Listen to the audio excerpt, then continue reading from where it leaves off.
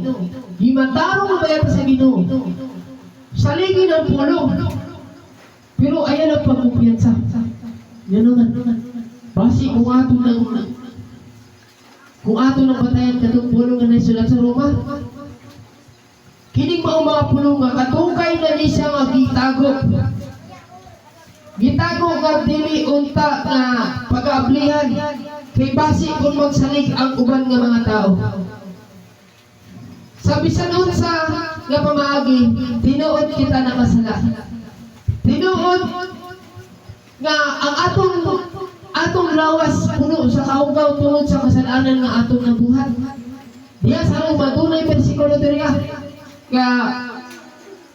kinahanglan maging basahan ang tanan pulong, kaya wala maging pilihan, basahan nato ang pulong. Madili pa nato na makita ang sulod sa pulong ay sa bisan unsa nga maugaw ta, bisan unsa nga pamaagi nga kita mga malinapason tungod sa pagbuhat nato sa pagkataotan, ang Ginoong isahan naagod ang atong Ginoo, naagod ang Ginoo nato sa kanunay, nagbantay na rin ka nato bisan unsang makasasala. Pero ayaw mo na pagsaligi ka ng pulong, kay tunay na sulat siya sa 2 Korinto Kapitulo 7, versikulo 1. Sanglit na kabaton magkita ni ining maong mga saad. Mga inigugma, hinduan ta ang atong kagalingon sa panangkaugaw sa lawas o sa Espiritu. Tanawa. Kay sa lawas, kita nagkaugaw po tungod diya sa Espiritu. Mao nga ang ipabantayan ta sa Ginoo. Nga kanunay bantayan nato kining atong kalag og espiritu, kining atong lawas nga makita og kining espiritu nga gihatag sa Dios nga unta hinduan ta ang atong kaugalingon sa pagkaugaw sa lawas ug sa espiritu. Sa unsa nga pamaagi, hingpiton ta ang atong pagkabalaan diya sa atong pagkahadlok sa Dios. Buntaga, bisan sa maulan nga buntag. Ani agi punta nagkatigong. So sa dili pa nato tandugon ang tema nga gihatag sa espiritu. Ani lang ako ay pagbasahon. Isip pahinumdum sa matag usa ka nato.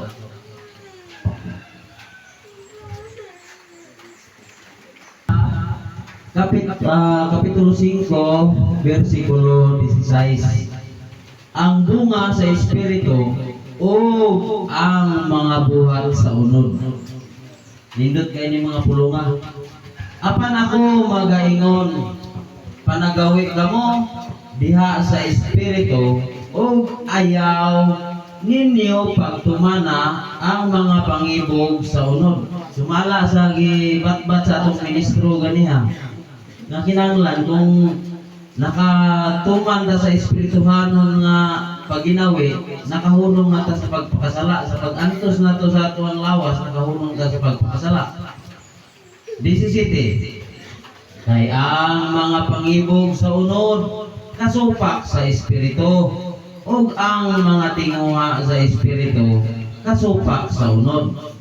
Kay kining duha naga ka sino pa kay man ang usa sa usa, aron kamo dili makahimo sa buot ninyong pagabuhaton. 18.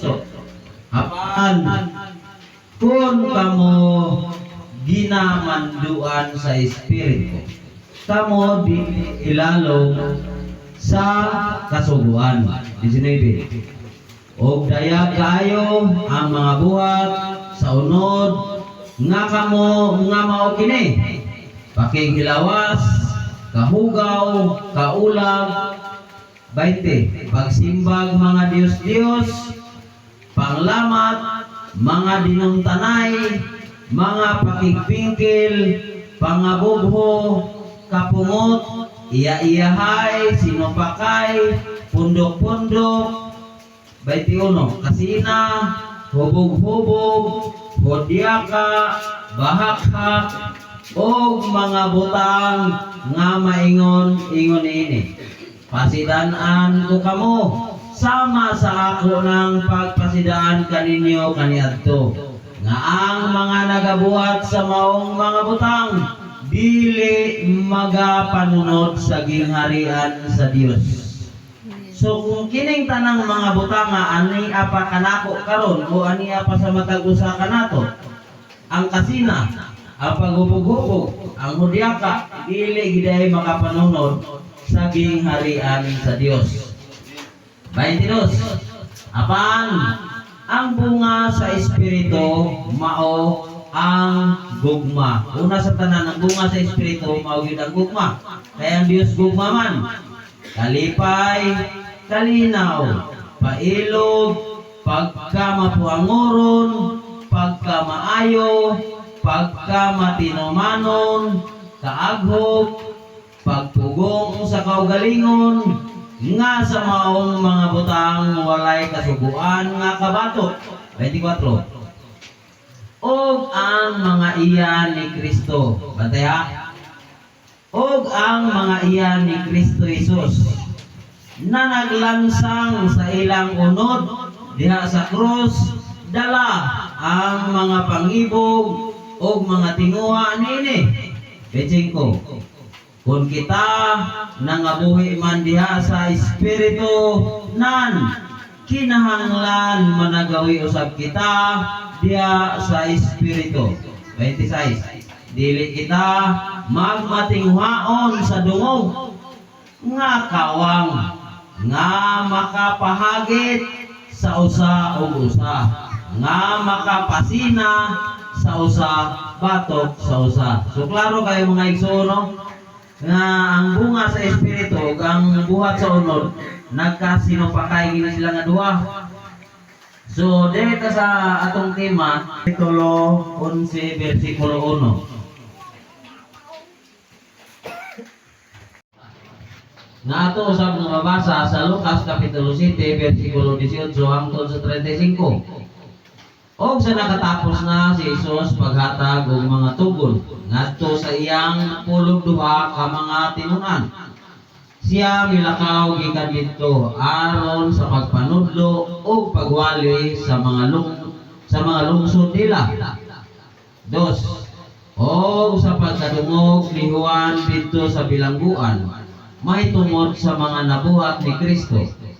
Iyang gipaadtuan siya mga tinunan niya aron sa pagpangutana. 3. Nga na nag-ingon kaniya, ikaw ba kadtong muanhi o magapaabot pa ba kami lain? So ang mga tinunan ni Juan nga Bautista, gisugo ni Juan nga Bautista aron ipapangutana si Ginoong Hesus kung siya ba ang moabot o magapaabot pa ba lain. 4. Kanila mitubag si Jesus nga nag-ingon, adtua og suginlin ninyo si Juan nga sa mga butang nga inyong nadungog og nakita. 5. Ang mga buta makakita na, ug ang mga bakol makalakaw na, ug ang mga sanlahon nangahinlo, ug ang mga bungol makabati na, ug ang mga patay gipamanhaw, ug ang mga kabos gikawalihan sa maayong balita. 6. Ug bulahan ang tao nga dili makakaplag dinhi kanako sa kahigayunan nga makapasibog kaniya gikan kanako. Unsa kuno? Bulahan ang tao nga dili kanako dili makakaplag o kahigayunan nga makapasibog kaniya gikan kanako. So ang buot ipasabot ani nga bulahan daw ang tao nga dili makakaplag og halimbawa ako na kay tao man ta di na ngadto sa mga panon sa katawhan mahitungod kang Juan. Siya mingon kanila, unsa bay inyong giadto aron tan-awon didto sa mga awaaw? Ang usaba kabagakay nga ginakuso-kuso sa hangin. Nan, nganong miadto man kamo dito? Aron ba sa pagtan-aw sa usa ka tawo nga nagsulob og luho nga mga biste? Tan-awa, ang managsulob og luho nga mga biste anaa sa mga balay sa mga hari. 9. Apan ngano lagi nga miadto man kamo? Aron ba pagtan-aw sa usa ka propeta? Oo, sultihan ko kamo. Og labaw pa gani sa propeta. 10. Kay kini siya mauman ang gisgutan sa naisulat nga nagaingon, tan-awa, igapadala ko ang akong magsasangyaw nga magauna kanimo.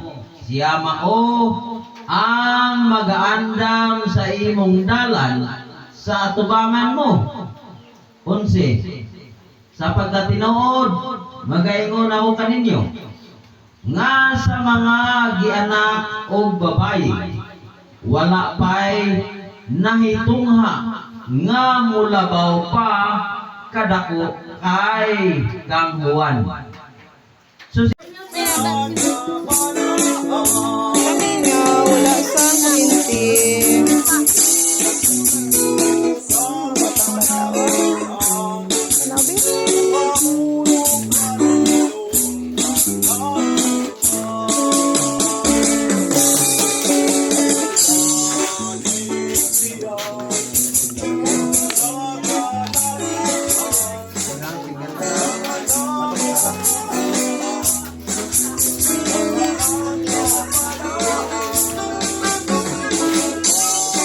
Mingaw ka ba? Wala ta kanta ba?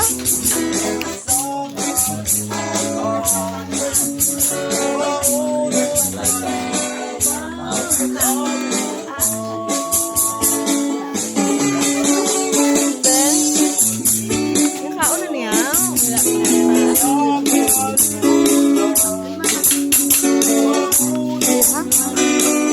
Hindi makatuloy ka bulan.